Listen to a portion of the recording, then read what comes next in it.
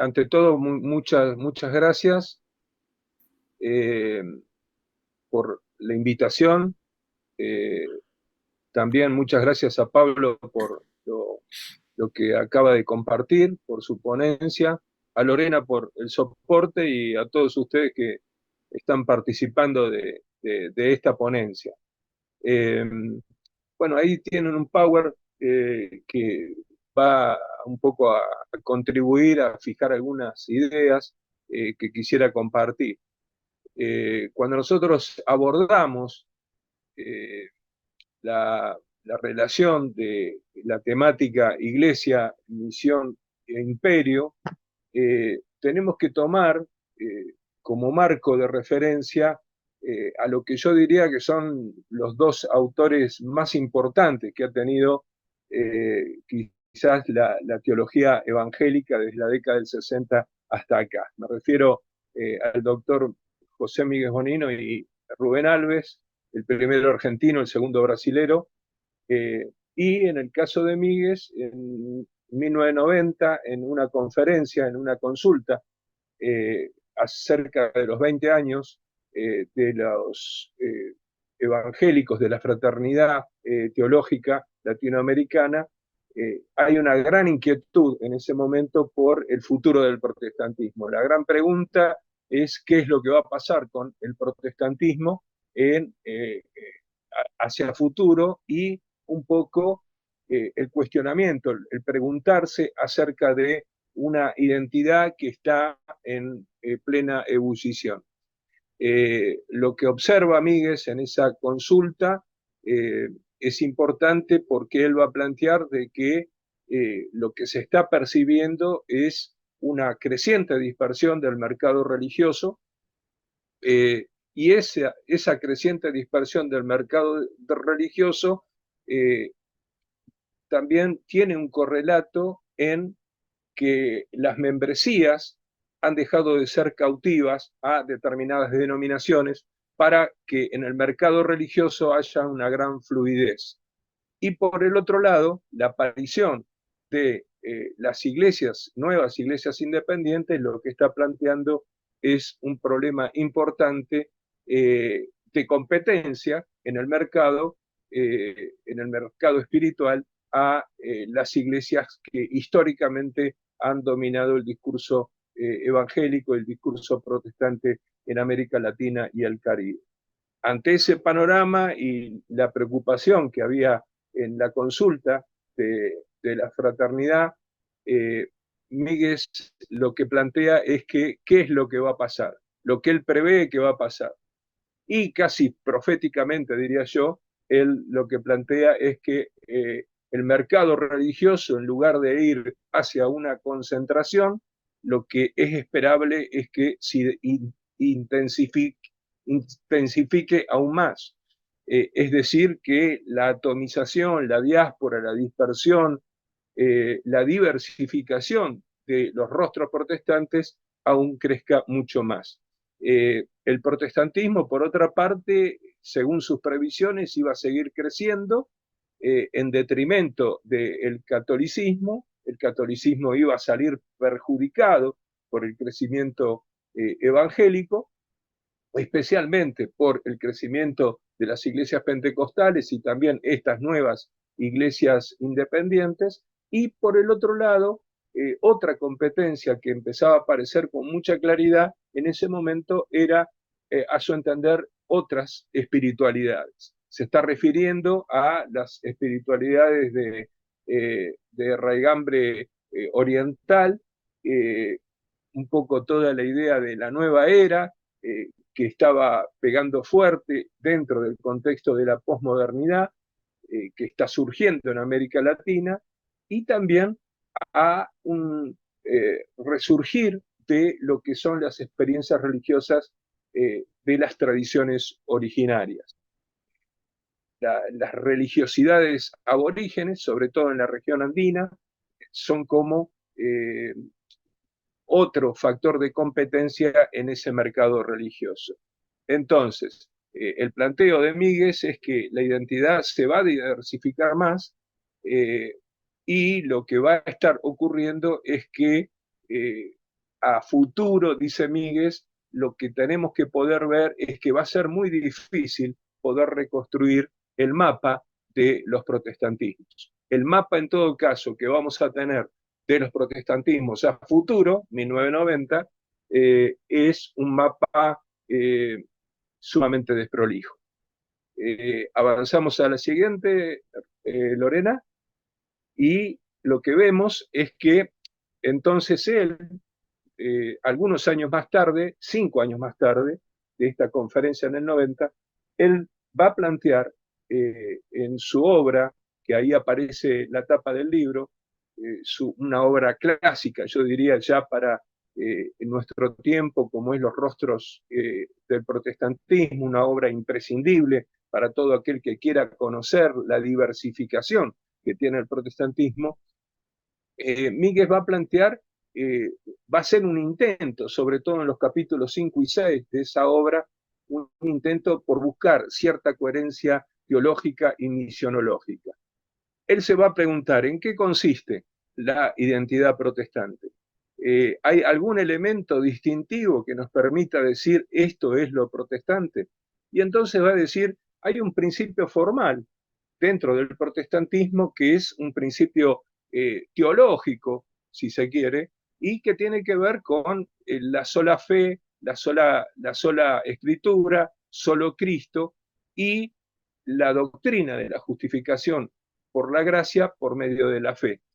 Esos, sin embargo, va a decir Míguez, son simplemente ejes que han ayudado al protestantismo, y el protestantismo en América Latina y el Caribe los ha utilizado muy bien para la polémica y la confrontación con el catolicismo romano. Sin embargo, va a decir, nosotros sabemos que, y esto lo sabemos bien todos los que hemos estudiado un poco del protestantismo, lo que me parece que está atravesando toda la reflexión que él hace es precisamente la importancia que tiene el principio protestante. El protestantismo es portador, tiene un principio que va más allá de todo su quehacer y que es la fuente crítica y dinámica que ha tenido el protestantismo en cuanto a todas las realizaciones de lo que ha hecho. Ese principio protestante ha sido el que le sirvió de protesta precisamente durante el periodo de la Reforma para cuestionar desde una protesta divina y una protesta humana a el catolicismo romano. Y sobre todo las formulaciones dogmáticas de la tradición y el magisterio docente de la Iglesia. ¿Por qué? Porque lo que está haciendo el catolicismo, volvemos hacia atrás, lo que está haciendo el catolicismo en esa relectura es que está asumiendo una pretensión absoluta en cuanto a las formulaciones dogmáticas que tiene y decir que esas formulaciones dogmáticas en realidad son las que debe seguir todo creyente, dejando que eso que es ni más ni menos desde el punto de vista protestante una realidad relativa se transforme en absoluta, cuando el único absoluto de la fe evangélica, de la fe protestante o de la fe que debería tener toda persona es Dios mismo. El único absoluto es Dios y no los dogmas que crea la Iglesia. Ahora sí, Lorena. Entonces, ese principio protestante, cuando nosotros lo tratamos de aplicar a América Latina y el Caribe, funciona como un principio utópico y desinstalador en relación con la absolutización que había significado el catolicismo en el continente. Porque 300 años de sociedad colonial han tenido al modelo de cristiandad y la formulación de una sociedad estamental donde contra ese marco lo protestante significó precisamente ni más ni menos que la negativa a ajustarse a ese statu quo. Y eso condujo a que el protestantismo fuera percibido y se autocomprendiera como una revolución, una rebelión iconoclasta que negaba la obediencia a cualquier orden establecido, sobre todo en lo que tenía que ver con, en el siglo XIX, lo que era la formulación de la República Conservadora. Frente a ese telón de fondo, entonces, la función utópica quedó canalizada por un proyecto histórico determinado en ese momento, que va a ser ni más ni menos que el proyecto del liberalismo modernizador y los propios valores que tenían las iglesias protestantes en relación con la sociedad, que no eran, en un contexto católico romano, no eran ni más ni menos que una amenaza a la misma desintegración que el protestantismo había producido. ¿Sí? No podemos perder de vista esto en Europa con la reforma disidente. Entonces, además de eso, el protestantismo, además de ser portador de esa disidencia, capaz de desintegrar el orden colonial estructurado durante 300 años, se transforma en un llamado a la construcción de un nuevo orden, que es ese orden liberal modernizante. Avanzamos. ¿Cómo se produce ese cambio a nivel de las mentalidades? Se produce a partir de la experiencia que nosotros conocemos como la experiencia de la conversión. La conversión, el nuevo nacimiento, según el lenguaje de la época, introducía al converso y al converso de diferentes tradiciones. No tenemos que pensar que era solamente de las iglesias misioneras, sino que esto va a ser una experiencia que van a tener los protestantes de tradición misionera, liberal, los protestantes más de tipo evangelical, e incluso a comienzos del siglo XX la tradición pentecostal, para protestantes liberales, para evangélicos o para pentecostales, todos coinciden en una serie de prácticas comunes en la cual es necesario poder entender de que la presencia protestante en el continente tiene su esencia en ni más ni menos que la presencia misionera. Así como había un principio formal dentro del protestantismo, que era la formulación teológica, dije antes, de la sola fe, la sola escritura, la justificación por gracia por medio de la fe, solo Cristo, las 5 solas si ustedes quieren, hay también un principio que cobra mayor relevancia y que tiene que ser visto como ese principio material que es el que en realidad, dentro de la teología evangélica latinoamericana, históricamente le ha dado a todas estas corrientes teológicas, a todas estas tradiciones denominacionales, le ha dado precisamente sustento a su propia experiencia espiritual y el funcionamiento congregacional. Es decir, que el eje no es tanto teológico, sino que el eje es misionológico, es la misión. La misión es lo que le da, lo que constituye el ethos que define la forma de ser, que define lo evangélico, lo protestante, y lo define en las áreas fundamentales de la vida espiritual, como son el discurso teológico, como son la celebración cúltica o como es la misma vida, la organización de la vida comunitaria de las congregaciones. Es decir, que la misión se transforma en el principio identitario del protestantismo. Avanzamos. Ahora bien, el protestantismo, si bien, como acabo de decir, tuvo un rol utópico en cuanto a la absolutización realizada por el catolicismo colonial y la República Conservadora durante el siglo XIX, ese rol utópico que cumplió en aquel momento, siglo XIX, Jean-Pierre Bastián va a decir, esto dura hasta 1959, como un momento clave de la historia, esa función utópica del protestantismo, esa función desinstaladora que ha tenido el protestantismo en ese marco social, dio paso a otro tipo de protestantismo, que es el protestantismo de la recta doctrina, el protestantismo de la sana doctrina. Y en este sentido, lo que señala Rubén Alves es que el protestantismo, lo que ha ocurrido a partir de mediados del siglo XX, es empezar a configurarse como un protestantismo que cae en una nueva absolutización. Aquello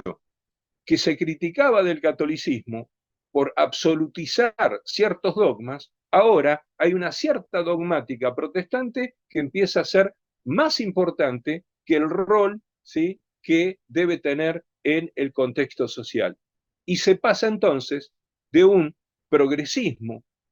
modernizador,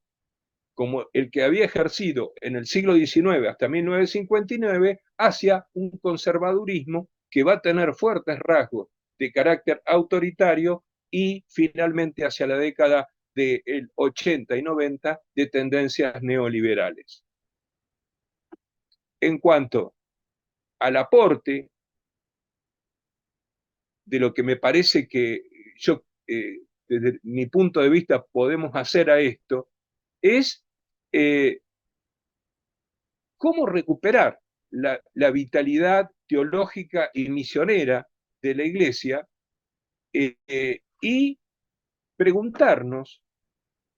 me parece que es pertinente preguntarnos acerca de el propio rol ambiguo que ha tenido el protestantismo en cuanto al desarrollo de las misiones angloamericanas. ¿Por qué? Porque gran parte de esas misiones protestantes en América Latina han estado marcadas por un espíritu colonial que ha tenido a veces muy fuertes rasgos de destino manifiesto, y ese destino manifiesto muestra el carácter mesiánico y a su vez el carácter racial que ha tenido la cultura blanca en un continente mestizo. Por otra parte, me parece que es importante que nosotros nos podamos plantear la importancia de, a partir del principio protestante, recapturar la posibilidad de formular un nuevo proyecto histórico, así como el protestantismo tuvo un proyecto histórico al cual contribuyó, al cual favoreció tratando de modernizar. Me parece que en este momento histórico a nosotros nos plantea el mismo desafío. A partir de que nosotros podamos, ¿qué es lo que le va a dar vitalidad teológica y misionera al protestantismo? El hecho de que podamos formular un nuevo proyecto histórico, en este sentido que sea transcapitalista, y una nueva, a partir de ese proyecto, ese nuevo proyecto histórico, poder formularnos una nueva manera de comprender la misión integral a partir de la definición de nuevos sujetos sociales que deberían estar encarnados en los habitantes de los márgenes tanto materiales como simbólicos del continente latinoamericano y caribeño. Hasta ahí mi presentación.